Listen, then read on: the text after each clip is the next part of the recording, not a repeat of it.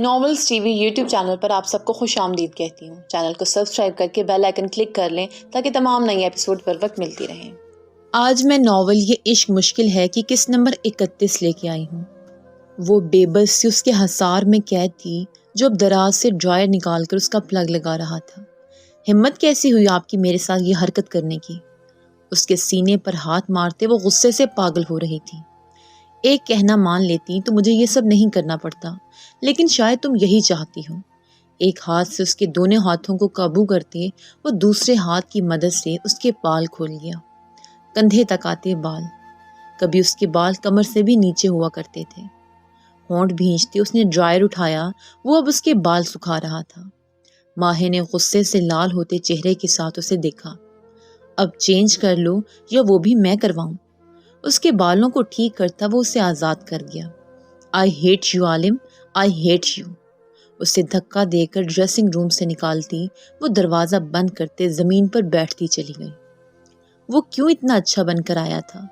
کیوں وہ اس کے دل پر ایک بار پھر اپنی حکومت کرنا چاہتا تھا؟ آخر کیوں؟ نہیں، میں اس بار غلطی نہیں کروں گی۔ میں آپ کو اپنے دل کے رسائی نہیں ہونے دوں گی، کبھی نہیں۔ بے دردی سے گال رگڑتے وہ خود سے عہد کر رہی تھی، وہ عہد جسے بہت جلد ٹوٹ جانا تھا۔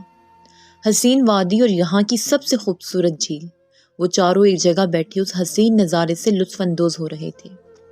آپ لوگ یہاں بیٹھو، میں اوپر جا رہی ہوں۔ ماہے نے اوپر کی جانب اشارہ کیا جہاں سے برف میں ڈھلے پہاڑوں کا منظر بے انتہا خوبصورت لگتا تھا۔ سورج اب ڈھلنے کے قریب تھا اور وہ یہ نظارہ دیکھنا چاہتی تھی۔ آنسا اور بارش اتنا تھک گئے تھے کہ وہ بس واپس جا کر سونا چاہتے تھے، اس لیے بنا عالم سے پوچھے وہ اوپر کی جانب چلی گئی۔ عالم بھیا، آپ کب تک گلٹ میں رہیں گے؟ جائیں اور بات کریں اس سے۔ میں چاہتی ہوں جب ہم لوگ یہاں سے جائیں تو آپ اور ماہی خوش ہوں ایک ساتھ۔ آنسا نے اسے سمجھایا تھا۔ میں بعد میں نہیں، ابھی۔ اوکے ٹھیک ہے۔ ان دونوں کی ضد پر وہ اس جانب بڑھا جہاں کچھ دیر پہلے ماہی گئی تھی۔ سیڑھیاں چڑھتے اس کا سانس پھول رہا تھا۔ وہ ایک کونے میں کھڑی تھی، اس کے سامنے دیو ہیکل برف سے ڈھکے پہاڑ تھے۔ وہ جو خاموشی سے ان نظاروں کو دیکھ رہی تھی، اپنی کمر پر کسی کی نظروں کی تپش محسوس کرتے پلٹی تو اسے سامنے پایا۔ اس کے ماتھے پر بل نمودار ہوئے تھے۔ ماہے، کہیں تو مجھے سکون لینے دیں ابتہاج عالم شاہ۔ آپ سے دور ہونے کے لیے میں یہاں آئی اور آپ میرے پیچھے آ گئے۔ آپ کو سمجھ کیوں نہیں آتا مجھے آپ کے ساتھ نہیں رہنا؟ میں تم سے معافی، وہ کچھ کہنے لگا تھا جب ہاتھ اٹھاتے وہ اسے کچھ بھی کہنے سے روک گئی۔ میں تم سے معافی مانگنے آیا ہوں ماہے۔ اس کے روکنے پر بھی وہ نہیں رکا تھا۔ معافی؟ کس چیز کی معافی ابتہاج عالم؟ کس چیز کی معافی مانگیں گے آپ؟ وہ آج رحم کھانے کے موڈ میں نہیں تھی۔ جانتے ہیں ان 5 سالوں میں آپ کی وجہ سے کیسا وقت گزارا میں نے۔ ہر وقت لگتا تھا جیسے میں واقعی ایک بد کردار لڑکی ہوں۔ میں خوشیاں ڈیزرو نہیں کرتی۔ ہر خوشی سے منہ موڑ لیا تھا میں نے، صرف اور صرف آپ کی وجہ سے۔ میرے ماں باپ میری وجہ سے اتنا پریشان ہوئے، میری طلاق ہو گئی، میں بسنے سے پہلے ہی اجڑ گئی۔ کس چیز کی معافی دوں میں آپ کو عالم؟ بتائیں مجھے۔ میں شرمندہ ہوں ماہے، میں غلط تھا جو چاہے سزا دو، مگر وہ ایک اس کے آگے گڑگڑا رہا تھا۔ ہاں، وہ ابتہاج عالم شاہ جس نے کبھی سر نہیں جھکایا تھا، آج وہ اپنے سے چھوٹی لڑکی سے معافی مانگ رہا تھا، محبت کی بھیک مانگ رہا تھا، گڑگڑا رہا تھا۔ اس نے اپنی انا کو محبت پر ترجیح نہیں دی تھی، مگر سامنے کھڑی لڑکی خود سے جنگ لڑتے لڑتے تھک گئی تھی۔ وہ پھر سے محبت نہیں کر سکتی تھی۔ شرمندہ کیوں ہیں آپ؟ ہاں، ٹھیک کہا تھا آپ نے، جو اس رات کہا تھا ٹھیک کہا تھا۔ ماں باپ کو دھوکہ دینے والی لڑکیاں کسی کی نہیں ہوتی، یا انہیں کوئی اپناتا ہی نہیں ہے۔ بالکل ٹھیک کہا تھا۔ جب مجھے اپنی زندگی سے نکال دیا تھا تو کیوں آئے واپس؟ وہ رو رہی تھی، آنسو اس کے گال بھگو رہے تھے، اور یہی حال مقابل کا تھا۔ اس کا چہرہ انتہا کی حد تک سرخ تھا، اس کی سانسیں ناہموار تھیں۔ جواب دیں، کیوں آئے واپس؟ ماہے، مجھے معاف کر دو۔ تم جو کہو گی میں کروں گا۔ اس کی زبان لڑکھڑا رہی تھی، بولنے کی ہمت بالکل ختم تھی، دل میں درد سے ٹیسیں اٹھ رہی تھیں جنہیں دبائے وہ اس کے سامنے کھڑا تھا۔ وہ آج اسے بولنا دینا چاہتا تھا، سالوں کا غبار تھا اس کے اندر، نکل جاتا تو شاید وہ معاف کر دیتی۔ اس ایک آس کے تحت اپنی تکلیف بھلائے وہ اس کے سامنے تھا۔ جو بولوں گی آپ کریں گی عالم؟ اس نے سوال پوچھنے میں تھوڑا وقت لیا، مگر عالم نے جواب دینے میں دیر نہیں کی تھی۔ اس کا سر فوراً سے اس بات میں ہلا۔ مجھے طلاق دے دیں۔ پہاڑوں میں اس کے لفظوں کی بازگشت سنائی دینے لگی تھی۔ بے یقین نظروں سے عالم نے اس کے لفظوں کو سنا تھا۔ دل پر ان لفظوں نے کاری وار کیا تھا۔ طلاق دے دیں مجھے، میں آپ کے ساتھ نہیں رہنا چاہتی، مجھے گھٹن ہوتی ہے آپ کے ساتھ۔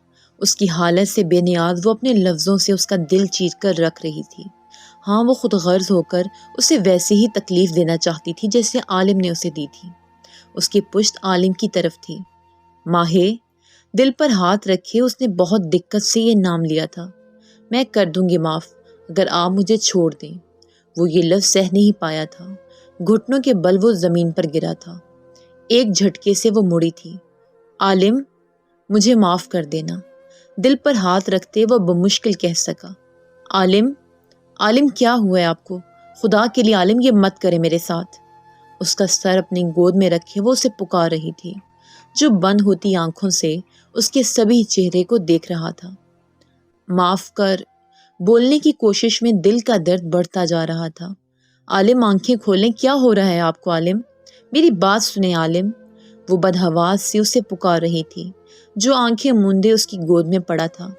بارش بھائی، آنسا، کوئی مدد کرے، وہ زور سے چیخی تھی۔ عالم کو یہاں اکیلے چھوڑنے کا حوصلہ ہی نہیں تھا۔ عالم اٹھیں، خدا کے لیے میرے ساتھ ایسا مت کریں۔ عالم اٹھ جائیں۔ مدد کے لیے چیختے وہ پاگلوں کی طرح اسے پکار رہی تھی، جب کچھ لوگ اس کی طرف آئے تھے اور عالم کو دیکھ کے بنا وقت ضائع کیے انہوں نے اسے اٹھایا تھا۔ ان لوگوں کے ساتھ وہ تیزی سے نیچے آئی۔ بارش، آنسا، عالم، اس نے پیچھے کی جانب اشارہ کیا۔ بارش فوراً سے پہلے عالم کے پاس پہنچا تھا۔ اسپتال کے کوریڈور میں وہ ایک کونے میں بیٹھی سسک رہی تھی۔ بارش اور آنسا نے ایک دوسرے کو دیکھا اور پھر اسے۔ بارش کے اشارے پر آنسا آہستہ سے اس کے پاس آ کر بیٹھی، جس کا چہرہ آنسوؤں سے تر تھا۔ ماہر، سنبھالو خود کو، سب ٹھیک ہو جائے گا، بھیا ٹھیک ہوں گے۔ اس کے سسکتے وجود کو آنسا نے اپنے ساتھ لگایا۔ اس کے رونے کی رفتار میں تیزی آئی تھی۔ وہ بس روئے جا رہی تھی بنا کچھ بھی کہے۔ آنسا، وہ میرے ہاتھوں میں۔ آنسا، انہیں کہو نا، میرا یوں امتحان نہ لیں۔ وہ بے بسی کی انتہا پر تھی، کچھ سجھائی نہیں دے رہا تھا۔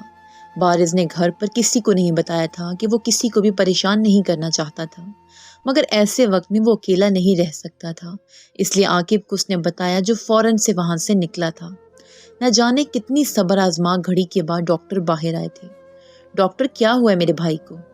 دیکھیں، ابھی فی الحال ہم کچھ نہیں کہہ سکتے، آپ بتائیں کیا ان کی کوئی میڈیکل ہسٹری ہے؟ Medical history? بارش ماہر کو دیکھا، مگر وہ لا علم تھی۔ ہم نے ٹیسٹ کیے ہیں، آپ بس دعا کریں، انہیں کہتا ڈاکٹر واپس اندر چلا گیا۔ ڈاکٹرز اندر تھے، عالم اندر تھا، اور اس کے لیے تڑپتی ماہر باہر۔ آج 5 سال بعد اسے پھر ایسا لگا کہ اس نے عالم کو کھو دیا۔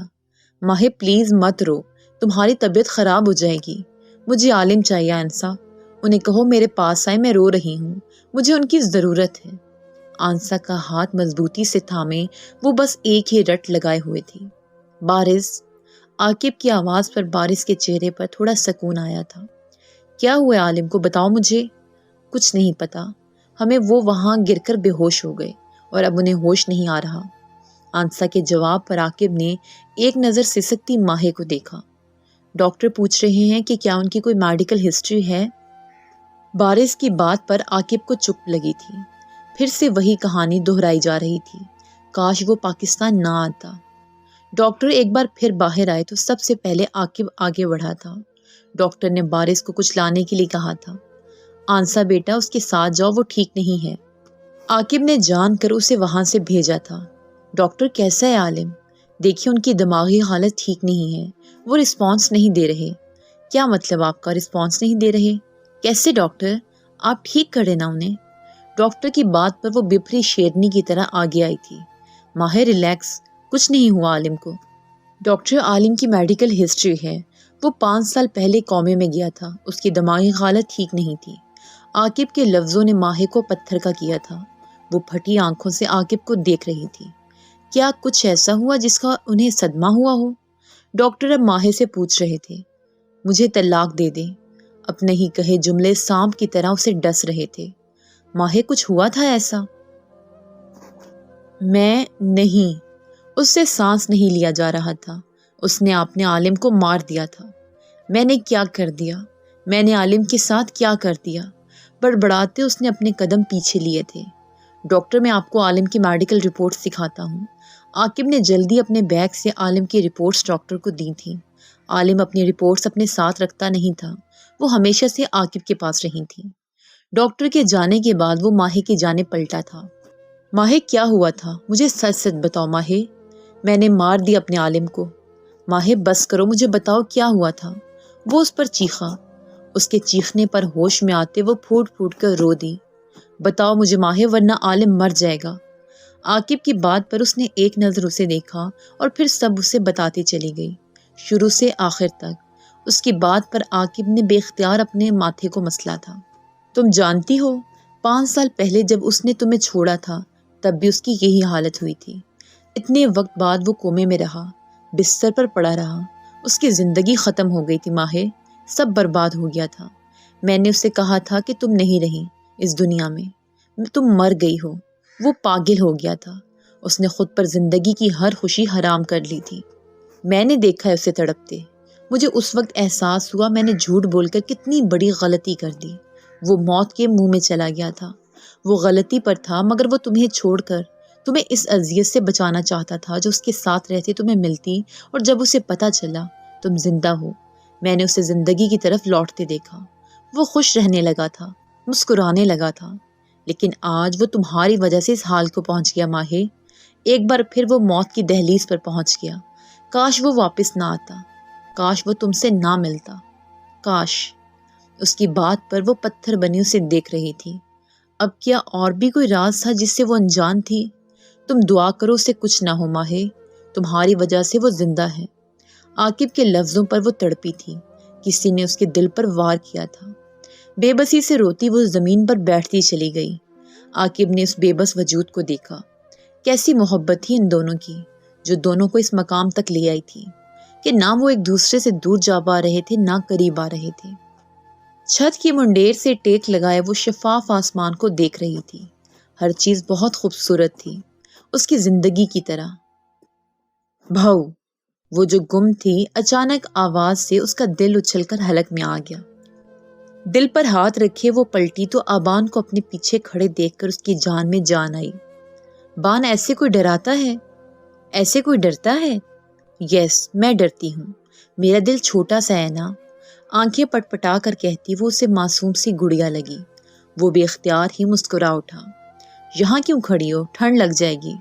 یہاں کا ویو بہت پیارا ہے، اب روز ان راستوں پر جانا ہے، میں بہت خوش ہوں۔ اس کے چہرے سے وہ اندازہ لگا سکتا تھا کہ وہ بہت خوش ہے۔ اسی بات پر نیچے چلو، آئس کریم لایا ہوں میں تمہارے لیے، لٹل ریبٹ۔ بان، اٹس ناٹ فیئر۔ خود کو خرگوش کہے جانے پر اس نے منہ بنایا تھا، مگر پھر آئس کریم کا سوچ کر وہ جلدی سے آبان کو پیچھے چھوڑ کر بھاگتی نیچے کی جانب بڑھی تھی۔ او گاڈ، میرا فیوریٹ فلیور۔ میرب، آ جاؤ تم بھی، آئس کریم لایا ہے آبان۔ نہیں خالہ، میں نہیں کھاتی۔ عائشہ نے بغور اس کا چہرہ دیکھا، اس کے انداز یہاں آ کر عجیب سے ہو گئے تھے۔ عائشہ نے سوچ لیا تھا کہ وہ میرب سے بات کرے گی، اور پھر انہیں موقع مل گیا۔ بنفشی اور آبان پلوشا کے ساتھ گئے تھے۔ امو جان سو رہی تھیں۔ وہ سیدھا اس کے کمرے میں آئی جو بیڈ پر آڑی ترچھی لیٹی موبائل یوز کرنے میں مگن تھی۔ میرب، عائشہ کی پکار پر اس نے گردن موڑ کر اسے دیکھا۔ بات کرنی ہے مجھے تم سے۔ تو کرے ماما، کس نے منع کیا ہے؟ اس کے تو رنگ ڈھنگ ہی بدل گئے تھے۔ عائشہ کو حیرت ہوئی تھی، یہ اس کی بیٹی تو نہیں تھی۔ بولیں بھی ضروری کام کرنا ہے مجھے پھر۔ یہ کون سا طریقہ ہے میرا مجھ سے بات کرنے کا؟ ماں ہوں میں تمہاری، اور آخر تمہیں یہاں آ کر ہو کیا گیا ہے؟ وہ بے انتہا غصے میں تھی۔ آپ کو مجھ پر کبھی پیار آیا ہے؟ ہر وقت غصہ غصہ غصہ، یہاں تو چھوڑ دیں۔ کیا فضول بول رہی ہوں؟ ٹھیک تو بول رہی ہوں۔ یہاں آ کر مجھے لگتا ہے میرا تو کوئی وجود ہی نہیں ہے، نہ بس ماہے ماہے ماہے ماہے، اور اب پلوشا یہ پلوشا وہ، اس کی پسند یہ، اس کی پسند وہ۔ میرب، ماما مجھے میری زندگی سکون سے جینے دیں، خدا کا واسطے آپ کو۔ اس نے باقاعدہ ہاتھ جوڑے تھے۔ یہ ان کی میرب تو نہیں تھی، اس کے انداز میں کسی اور کا رنگ نمایاں تھا، اور جو نام عائشہ کے ذہن میں آیا تھا اس نے عائشہ کو ہلا کر رکھ دیا تھا۔ آرام کرو بیٹا، میں فضول میں غصہ کر گئی، عائشہ نے بہت نرمی سے اس کا گال سہلاتے کہا، جس پر میرب کو حیرت کا جھٹکا لگا تھا۔ عائشہ نے سوچ لیا تھا کہ وہ اس بارے میں زین سے بات کر کے رہیں گی، چاہے کچھ بھی ہو جائے۔ وقت چونٹی کی رفتار سے گزر رہا تھا۔ وہ چاروں ہاسپٹل میں پریشان سے بیٹھے تھے۔ یشم اور واسق دونوں کراچی میں تھے، انہیں یہاں آنے میں بھی وقت لگتا۔ بارش، تم آنسا اور ماہے کو لے کر ہوٹل جاؤ، میں ہوں یہاں۔ ہرگز نہیں، میں نہیں جاؤں گی، بالکل بھی نہیں جاؤں گی۔ ماہے ایک دم بپھری۔ ٹھیک ہے ماہے، ریلیکس، تم یہیں رکو۔ بارش اور آنسا جانا ہی نہیں چاہتے تھے، لیکن عاقب کے زور دینے پر وہ لوگ وہاں سے چلے گئے۔ ماہے تم یہاں رہو، میں کچھ کھانے کو لاتا ہوں۔ مجھے کچھ نہیں کھانا، مجھے بس میرے ایک سوال کا جواب دے دیں۔ کون سا سوال؟ ماضی میں ایسا کیا ہوا تھا جس کا سب کو پتہ ہے سوائے میرے؟ اس کا سوال غیر متوقع تھا۔ یہ وقت ان باتوں کا نہیں ہے ماہے، یہ وقت انہی باتوں کا ہے۔ یہ میری زندگی کا سوال ہے عاقب بھائی۔ میرے اور عالم کے ساتھ جو کچھ ہوا وہ عام بات نہیں تھی، ہم دونوں کی زندگیاں برباد ہو گئی ہیں۔ مجھے سچ جاننا ہے، خدا کے لیے مجھے سچ بتا دیں عاقب بھائی۔ اس نے عاقب کے آگے ہاتھ جوڑے۔ ماہے، آپ کو عالم کی قسم۔ عاقب نے لب بھینچے تھے، لیکن اب شاید وقت آ گیا تھا ماضی کو ایک بار ہی سامنے لانے کا۔ باہر رات کی سیاہی نے اپنا ڈیرا جمایا تو وہیں ہلکی بارش نے فضا میں خنکی سی بھر دی تھی۔ یوسف زئی مینشن میں اس وقت گہرا سناٹا تھا، ہر کوئی گہری نیند میں گم تھا۔ ایسے میں نیند اس کی آنکھوں سے کوسوں دور تھی۔ اپنا بیگ کھولے وہ سارا سامان دیکھنے لگی، تبھی کونے میں اسے اپنی ڈائری نظر آئی۔ یہ ڈائری اسے جان سے زیادہ عزیز تھی، کیونکہ یہ ڈائری اسے اس کی آرزو ماما نے دی تھی۔ ہاں، آرزو اس کے لیے اس کی ماں تھی۔ دھیان کے سارے دھاگے ماضی میں الجھے تھے۔ جب وہ مانچسٹر شفٹ ہوئے وہ بہت چھوٹی تھی۔ وقت گزرتا گیا اور وہ بڑی ہوتی گئی۔ اسکول میں اس کا ایڈمیشن ہو گیا۔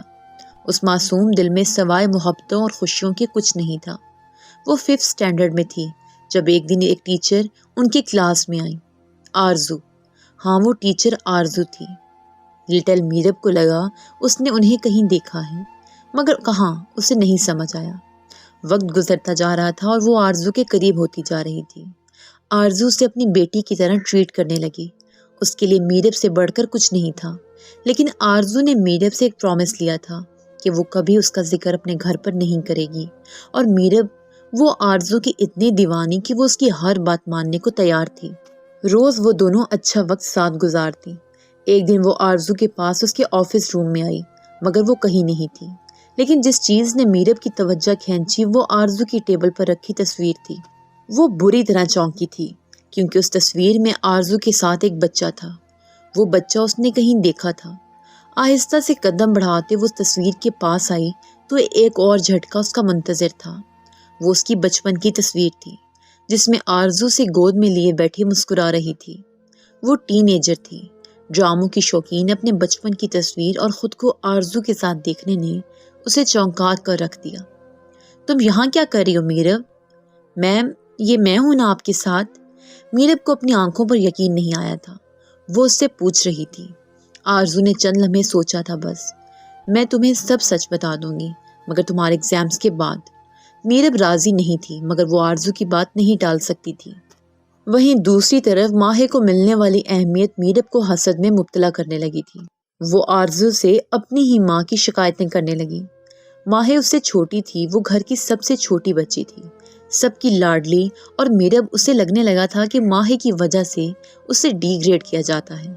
حسد، جلن اس چھوٹی بچی کے دماغ میں اپنی جگہ بنانے لگے تھے، جنہیں آرزو نے بڑھاوا دے کر مزید مضبوط کر دیا تھا۔